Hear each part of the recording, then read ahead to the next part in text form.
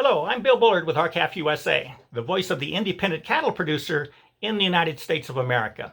You know, for the past 3 decades, the packer-controlled U.S. beef industry has conditioned America's cattle producers to focus exclusively on building beef demand and opening new export markets. And when I say we're to exclusively focus on these 2 initiatives, that's exactly what I mean. You were to remain exclusively focused on what the beef industry had ingrained in you for decades, that these are the only 2 meaningful objectives that will increase the profitability and viability for independent U.S. cattle producers. In fact, America's cattle producers were told not to worry about their highly concentrated marketplace, where only 4 packers control 85% of the fed cattle market. They were told not to worry about their thinning cash market. They were told that vertical integration is good for their cattle industry. And America's cattle producers were told not to worry about entering free trade agreements with countries that overproduce both cattle and beef, like Australia, Mexico, and Canada. No, none of this was to be of any concern to the American cattleman. Everything was the way it should be. It was just the natural order of things. But if cattlemen did want to improve their lot, then what they needed to do was focus on building beef demand and opening new export markets. Well, congratulations to all of you. You've now accomplished exactly what the packer-controlled U.S. beef industry told you to do. Your beef checkoff program announced that you've increased beef demand by 15% from 2012 to 2018. And the U.S. Meat Export Federation said your beef exports hit an all-time high in 2018, both in terms of value and volume. Well, this is tremendous. And this week, the CME Group announced that during the first quarter of 2020, the beef demand index hit an all-time 20-year high, proclaiming it was a full 10 index points higher than the same period last year. So America's cattle producers should be rolling in prosperity. As good or better, the U.S. Department of Agriculture data show that during the same time you increased beef demand by 15%, you increased export sales volume by nearly 30%.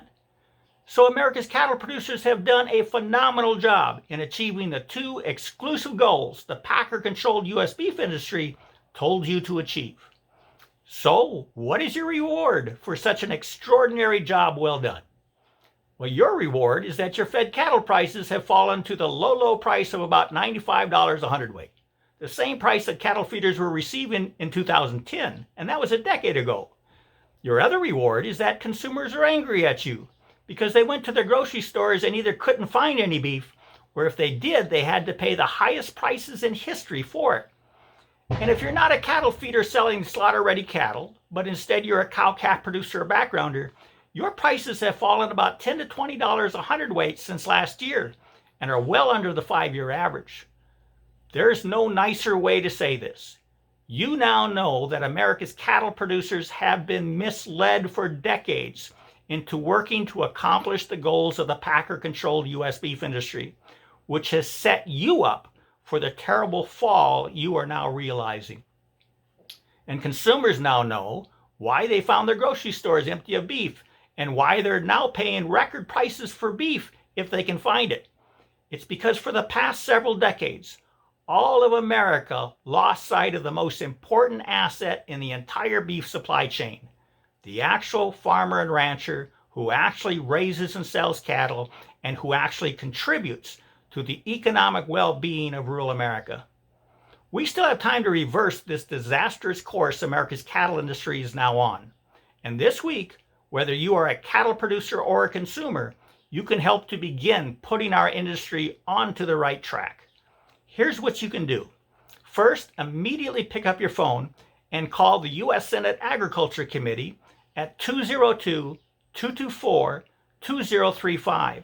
to tell them to pass Senate Bill 3693 that will ensure that competition is restored in the broken cattle market. Again, the number is 202-224-2035, and the bill is Senate Bill 3693. Second, stay on your phone and call both your U.S. senators and tell them to pass Senate Bill 3693.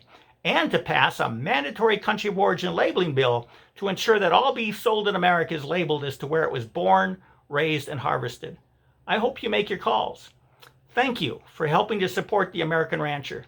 If you'd like to learn more about what R-CALF USA is doing to help the American rancher and all of rural America, please go to our website at www.r-calfusa.com.